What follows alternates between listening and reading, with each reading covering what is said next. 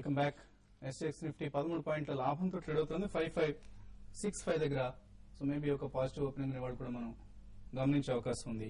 Next caller స్వామి line లో ఉన్నారు. Hello hello good morning sir. Good morning sir నేను 3 stocks కోసం నేను అడగదాం అనుకుంటున్నాను. నేను హోల్డింగ్ చేస్తున్నాను ప్రస్తుతానికి. అడగండి. ఒకటి ఎల్ఎన్టీ షేర్ 1674 హోల్డ్ చేస్తున్నాను 30 shares. Bank of India 100 shares నేను హోల్డ్ చేస్తున్నాను 500 రూపీస్ కి.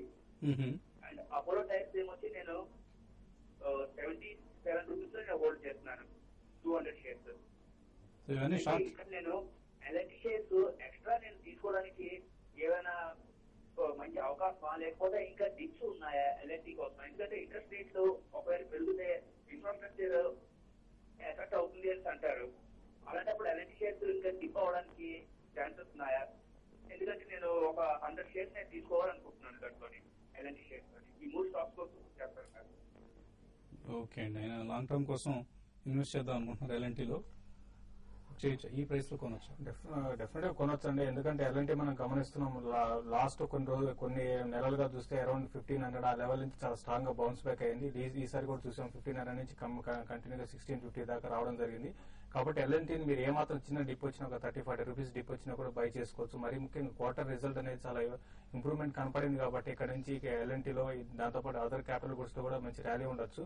ఇక మీరు అన్నట్టుగా ఇంట్రెస్ట్ రేట్స్ మీరు అన్నట్టుగా పెరిగినప్పుడు ఇన్పుట్ కాస్ట్ పెరిగి ఏవైతే ఇన్ఫ్రాస్ట్రక్చర్ కంపెనీస్ కి తర్వాత హై డెట్స్ ఉన్న కంపెనీకి నెగిటివ్ అయితే ఫ్యూచర్ లో స్లోగా ఇక్కడ నుంచి ఇంట్రెస్ట్ రేట్స్ అనేది పెద్దగా పెరగకపోవచ్చు. ఇది చాలా వరకు మా అయితే ఒకసారి ఆర్బీఐ ఒకసారి పెంచవచ్చు, అంతకు మించి పెరిగే అవకాశం లేదు. ఏదైనా కూడా వాల్యుయేషన్ లో కూడా చాలా అట్రాక్టివ్ ఉంది కాబట్టి మీరు ఎల్ఎన్టీని కరెక్టర్స్ లో మీరు బై చేయొచ్చండి. తర్వాత బ్యాంక్ ఆఫ్ బరోడా గురించి అడిగారు. బ్యాంక్ ఆఫ్ బరోడా కూడా మీరు బ్యాంక్ ఆఫ్ బరోడానా బ్యాంక్ ఆఫ్ ఇండియా గురించి అడిగారండి. బ్యాంక్ ఆఫ్ ఇండియా కూడా మీరు కరెక్టర్స్ లో మీరు హోల్డ్ చేసుకోవచ్చండి. మీరు తీసుకున్న 3 stocks Apollo hospital, Bank of India and LIT 3 కూడా మంచి స్టాక్స్ అండి. 3 కూడా షార్ట్ టర్మ్ కి లాంగ్ టర్మ్ కూడా హోల్డ్ చేసుకోవచ్చు. నెక్స్ట్ కాలర్ కాశీ విజయవాడ నుంచి లైన్ ఉన్నారు. కాశీ గారు నమస్తే.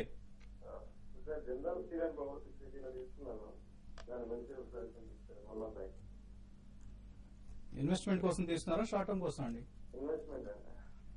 జిందాల్ స్టీల్ ఇన్వెస్ట్మెంట్ కి అయితే కరెంట్ లెవెల్స్ లో హోల్డ్ చేయండి. డెఫినెట్లీ స్టాక్ ఎంత కరెక్ట్ అవ్వాలో అంత కరెక్ట్ అయింది అనమాట. అండ్ డెఫినెట్లీ తిరిగి ఇప్పుడు స్టీల్ ప్రైస్ హైక్ కూడా అంటున్నారు అనమాట. మేబీ విత్ ఇన్ 1 వీకే 600 to 1000 రూపీస్ పర్ టన్ కూడా మళ్ళీ ఇంక్రీజ్ చేస్తారు ఇన్పుట్ కాస్ట్ అని ఫ్యాక్టర్ చేసుకోవడానికి స్టీల్ మ్యానుఫ్యాక్చరర్స్ అని చెప్పేసి. కాబట్టి డెఫినెట్లీ హోల్డ్ చేయమంటాను. అండ్ బై అండ్ లార్జ్ వీళ్ళకి ఉన్న సబ్సిడరీస్ కూడా బాగా పెర్ఫార్మ్ చేస్తున్నాయి.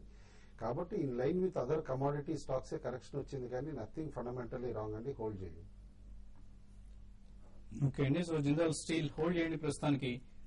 శశికాంత్ బెంగళూరు నుంచి నెక్స్ట్ కాలర్. శశికాంత్ గారు అడగండి. శశికాంత్ ఏ కంపెనీ అండి?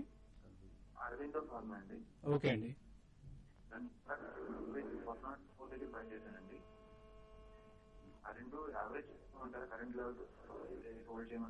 Second stock ఏదన్నారు?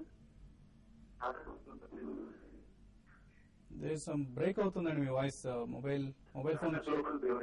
Tata Global Beverage. Okay అండి, ఓకే. రెండు కూడా బై కరెంట్ లెవెల్స్ లో మాత్రం యావరేజ్ కూడా చేయొచ్చు అని చెప్పేసి అని అంటానండి. అరబిందో ఎందుకంటే రీసెంట్ ఎఫ్డీఏ మళ్ళీ వార్నింగ్ ఇచ్చింది. వన్ ఆఫ్ దిస్ ఇలా ప్లాంట్ పైన విచ్ ఎక్స్పోర్ట్స్ టు యూఎస్ అనమాట. దానిపైన అని చెప్పేసి కన్సర్న్ తోటి స్టాక్ 198 దగ్గర నుంచి పట్టడం చూసాం. బట్ ఆల్రెడీ కంపెనీ ఒక రీస్ట్రక్చరింగ్ మూవ్ అనౌన్స్ చేసింది కాబట్టి ఫార్ములేషన్ డివిజన్ సెపరేట్ చేయటము, ఇటు బల్క్ డ్రగ్స్ ది సెపరేట్ చేయటం అని చెప్పేసి మంచి వాల్యుయేషన్ వచ్చే పాసిబిలిటీ ఉంది డీమర్జర్ లోన్ అనమాట. కాబట్టి హోల్డ్ చేయమని చెప్పేసి చెప్తాను. ఇన్ఫాక్ట్ యావరేజ్ కూడా చేస్తే మేబీ ఈక్వలెంట్ ఆఫ్ 230-240 లెవెల్స్ కూడా బై సెప్టెంబర్-అక్టోబర్ కి వచ్చేయచ్చు బై ద టైం ఆ రిపోర్ట్ వచ్చే టైంకి.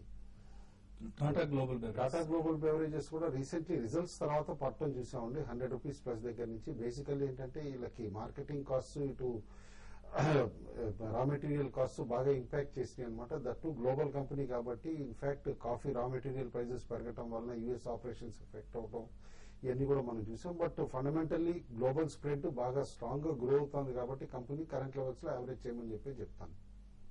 సో టాటా గ్లోబల్ చాలా డిసప్పాయింట్ చేస్తుందండి. స్టాక్ ప్రైస్ 120 నుంచి ప్రస్తుతం 80 రూపీస్ వరకు పడడం జరిగింది. Maybe patience will pay the rewards అన్న ఉద్దేశంతో మీరు వెయిట్ చేయాల్సి ఉంటుంది. శేషు భద్రాచలం నుంచి నెక్స్ట్ కాలర్. శేషు గారు. గుడ్ మార్నింగ్ వసంత్ గారు. Good morning. శేషు గారు. Good morning. Coromandel International Sabero Organics కి చాలా పెద్ద ప్రీమియం ఇచ్చింది. ఈ మధ్య చూసుకుంటే అన్ని కూడా ఎక్విజిషన్స్ చాలా పెద్ద ప్రీమియం తో జరుగుతున్నాయండి. ఇటు ఏపీ పేపర్స్ ఇలాంటివి. అయితే ఇప్పుడు సవేరోని అంత పెద్ద ఎత్తున కొనుగోలు చేస్తున్నప్పుడు రిటర్న్స్ కూడా ఆశిస్తున్నారు కాబట్టి కోరమండల్ లాంగ్ టర్మ్ లో మంచి రిటర్న్స్ ఇచ్చే అవకాశం ఉందా? అగ్రి సెక్టర్ లో కోరమండల్ నంబర్ 1 అని కొంతమంది అనలిస్టులు అంటున్నారు.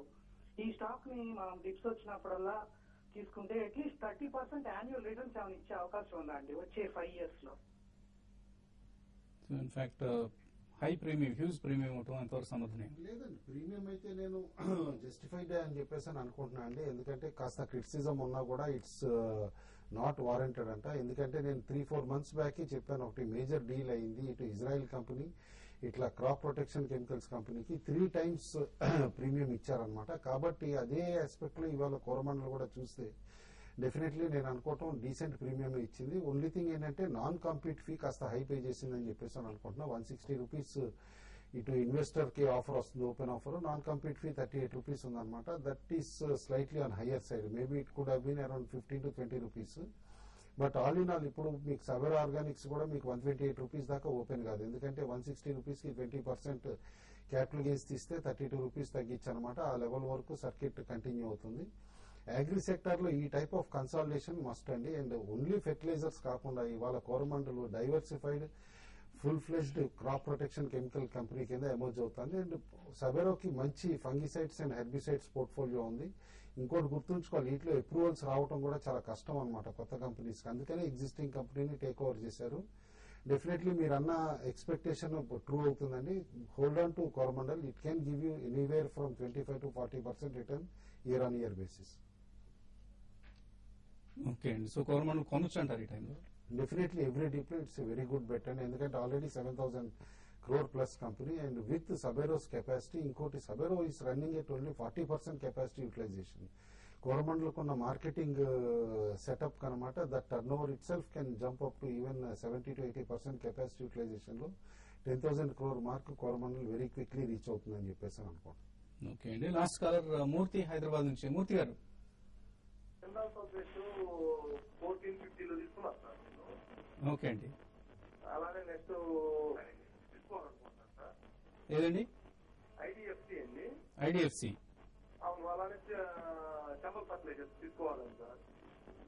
దాని గురించి అడుగుదాం. ఓకే అండి. సో జేఎస్డబ్ల్యూ హోల్డింగ్స్ తీసుకున్నారు ఆయన 1450లో.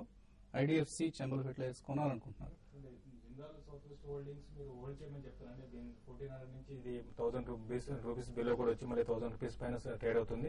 కరెంట్ అవర్స్ నుంచి ఇది 1200 rupees దాకా పెరగడానికి అవకాశం ఉందండి. 1200 rupees దగ్గర హ్యూజ్ రెసిస్టెన్స్ అనేది ఉంటుంది. ఇక మీరు తీసుకోవాలనుకున్న చంబల్ ఫెర్టిలైజర్స్ నేను కానీ చూస్తే వాల్యూమ్స్ బాగా పెరిగాయి. ప్లస్ మామూలుగా మాన్సూన్ సీజన్ కాబట్టి కొంచెం స్టాక్స్ యాక్టివ్ గా ఉంటాయి. ఇక్కడ నుంచి స్టాక్ 95 to 100 rupees దాకా పెరగవచ్చు. కాబట్టి కరెంట్ అవర్స్ లో మీరు చంబల్ ఫెర్టిలైజర్స్ బై చేసుకోవచ్చు అండి. కూడండి. సో ఫైనల్ గా ట్రేడర్స్ ఎటువంటి కాల్స్ ఇస్తారు? చూడండి, ఈ రోజు మార్కెట్స్ చాలా వరకు ఫ్లాట్ గా ఓపెన్ అయ్యే అవకాశం ఉంది. మిడ్ అండ్ స్మాల్ క్యాప్ లో ఎక్కువ యాక్టివిటీ కనపడుతుంది. ఇన్ఫోసిస్ ఒకటి నిన్న హై నుంచి బాగా కరెక్ట్ అవడం జరిగింది. ఈ రోజు కూడా కొంత ఇన్ఫోసిస్ ఒకటి వీక్ గా ఉండే అవకాశం ఉంది. 2785 బిలో ఉంటే స్టాక్ ని సెల్ చేయొచ్చు. 2800 స్టాప్ లాస్ పెట్టుకోమని చెప్తాను. 2761 and 2756 వరకు ఎంటర్డేలో రావడానికి అవకాశం ఉంది. సేమ్ కోరమండల్ సబెరో డీల్ కాస్త spill over effect United phosphorus valuation పైన రావచ్చు అని చెప్పేసి అనుకుంటున్నా. 164 and అబౌవ్ ట్రేడ్ అవుతా ఉంటే కనుక యునైటెడ్ ఫాస్ఫరస్ బై చేయమని చెప్పేసి సజెస్ట్ చేస్తాను. ట్రేడింగ్ స్టాప్ లాస్ డెఫినెట్ గా పెట్టుకోవాలి. Second, after long time Biocon consolidation phase నుంచి కూడా బ్రేక్అవుట్ కనిపిస్తుంది అనమాట. 354 and అబౌవ్ ట్రేడ్ అవుతా ఉంటే బయోకాన్ బై చేయమని చెప్పేసి కూడా సజెస్ట్ చేస్తాను. అలాగే సుందర్ రాజా టాటా స్టీల్ కొనమంటున్నారు. Buy above 590, stop loss 587, target 596. Amana Shastri GMDC buy above 144, stop loss 142, target 148 వరకు పెరిగే అవకాశం ఉందంటున్నారు. ఆంధ్ర బ్యాంక్ మాత్రం సెల్ చేయమంటున్నారు. Below 143.50, stop loss 145, target 140. అలాగే D Prasad time frame 2 to 3 days కోసం షార్ట్ టర్మ్ ట్రేడింగ్ కాల్ ఇస్తున్నారు. Mphasis buy above 475, stop loss 464, target 499. So aggressive గా ఇస్తున్నారు. 5% నెక్స్ట్ 2 to 3 days లో ఎంఫసిస్ లో వచ్చే అవకాశం ఉంది. మేబీ ఇంటర్నెట్ డీల్ వల్ల కూడా ఇది అవ్వచ్చు అండి. ఎందుకంటే ఇంటర్నెట్ కూడా బీపీఓ అనమాట. ఎంఫోసిస్ కూడా బేసికలీ బ్యాక్ ఎండ్ ఆపరేషన్స్ ఎక్కువ. సో కొంత బీపీఓ సెగ్మెంట్ లో ప్రైస్ మూవ్మెంట్స్ వచ్చే అవకాశం ఉందని డి ప్రసాద్ గారు ఎక్స్పెక్ట్ చేస్తున్నట్టున్నారు. ఇవి వాటి ట్రేడింగ్ కాల్స్. తిరిగి మధ్యాహ్నం 1:30కు బిజినెస్ లంచ్ లో కలుద్దాం. మరికొద్దిసేపట్లో 9 AM బులెటిన్ కారణం అందిస్తారు. Business breakfast. Make up courtesy.